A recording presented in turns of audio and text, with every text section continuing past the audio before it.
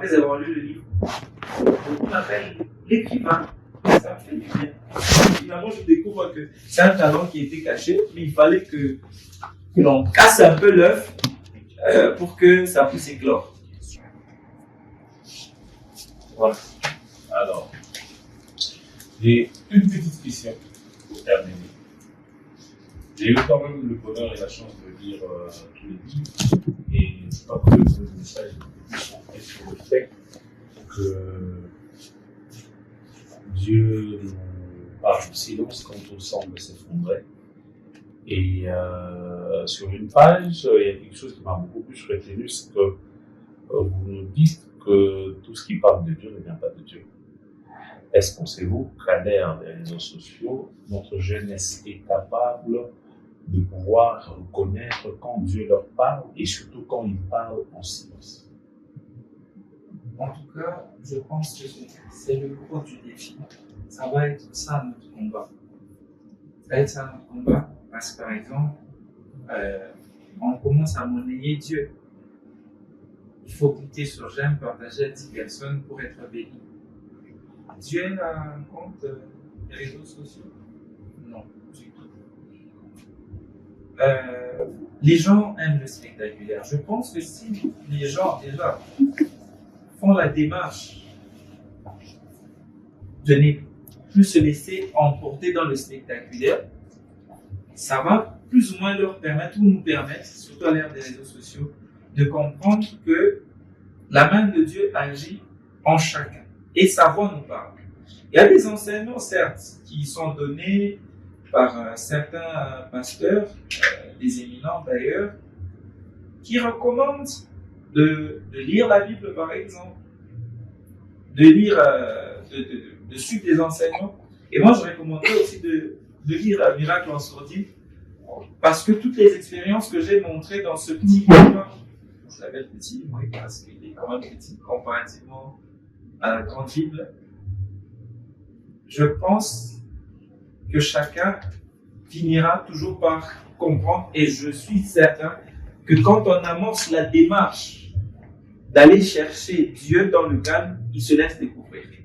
Il se laisse vraiment découvrir. Il faut juste faire cette démarche-là, faire cette introspection et se dire, bon, au moins, je ne peux pas finir une journée ou une semaine sans que je n'aie mon moment intime où je suis calme, vraiment calme, sans parler à qui que ce soit, et je parle à Dieu. Et je pense que ça permettra à beaucoup de gens de se redécouvrir, parce que la parole de Dieu, en fait, la voix de Dieu, elle parle, mais c'est nous qui refusons de l'entendre. Nous faisons un effort, nous dépensons même de l'argent pour ne pas écouter. Or, ça ne coûte rien d'écouter. Être simplement dans le calme, passer en revue sa journée, sa semaine, voir un peu tout ce qui a été, tout ce qui n'a pas été, voir un peu qu'est-ce qui a bloqué. Et moi, d'ailleurs, je suis de ceux qui publieront, qui crieront que tout ce que Dieu fait est bon.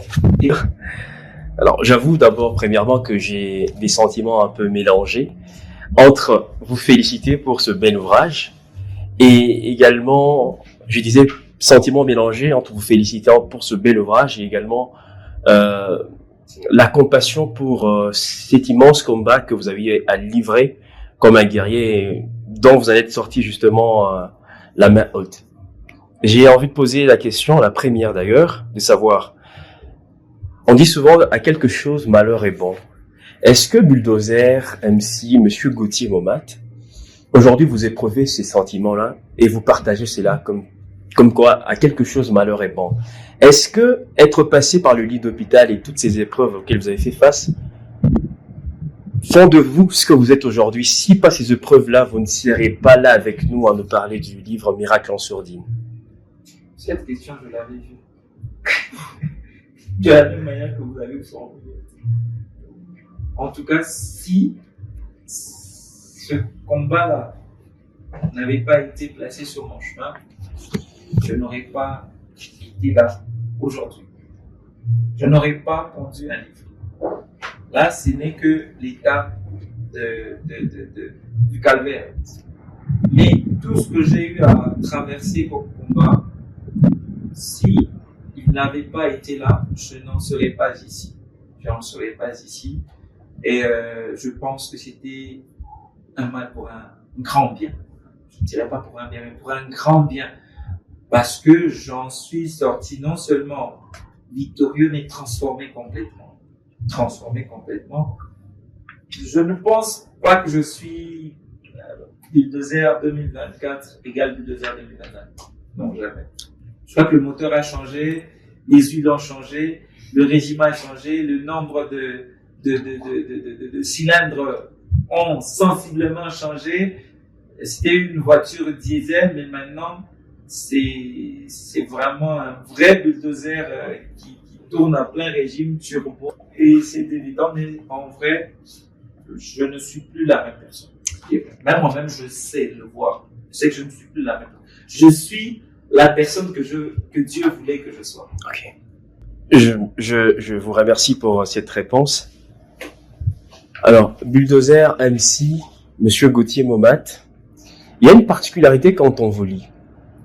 La particularité, c'est que, même au fond du gouffre, j'ai pas senti, en tout cas, ce mal-là vous atteindre. C'est-à-dire, quand on vous lit, il y a ce côté-là, vous lâchez prise, il y a ce sourire-là que vous arborez, même en racontant la partie la plus sombre de votre histoire.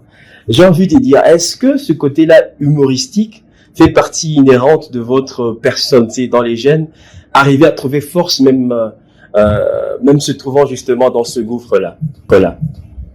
C'est une graine que Dieu avait sémée, mais moi je ne m'en rendais pas compte. Seulement, en fait, comme on dit, je pense que finalement il faut que je commence à évangéliser. Je prends cette décision-là. C'est une parenthèse que je vais faire très vite. Quand on a quitté chez nous, on a fait un petit maquis avec mes frères. Il y en avait 2 cousins avec nous. Une fois, on s'amusait. Il m'avait vu sur une photo. Il m'avait dit, je gardais le même sourire. Il a commencé à dire, vieux, nous on a travaillé sourire. Comme quand on fait les pelles, il m'a dit, il travaille le sourire. Je dis, pourquoi? Il dit, non, j'ai l'impression que ton sourire est différent du mien. Je ne m'en rendais pas compte. C'est lorsque je suis allé écrire que je me suis rendu compte au fond de moi que je m'étais promis de ne jamais perdre le sourire. Jamais. Ça, c'est une promesse que je me suis faite.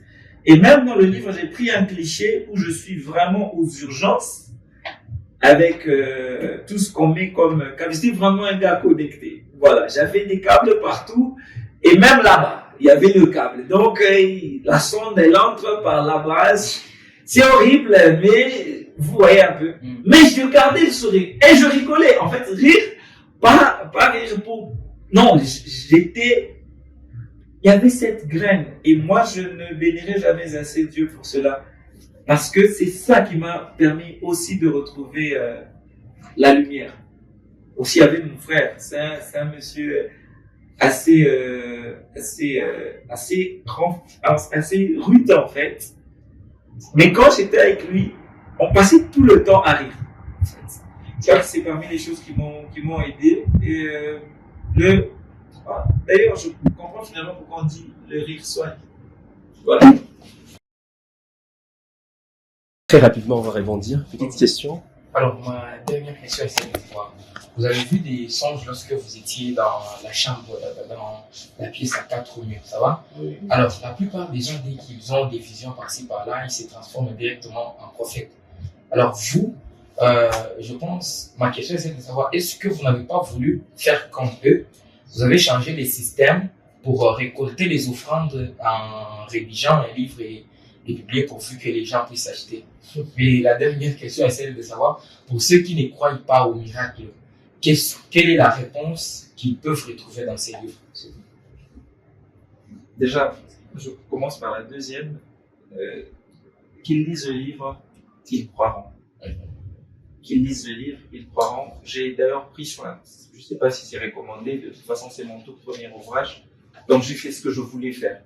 J'ai mis mes contacts au fond du livre, parce que je veux garder la ligne avec celui qui me lira.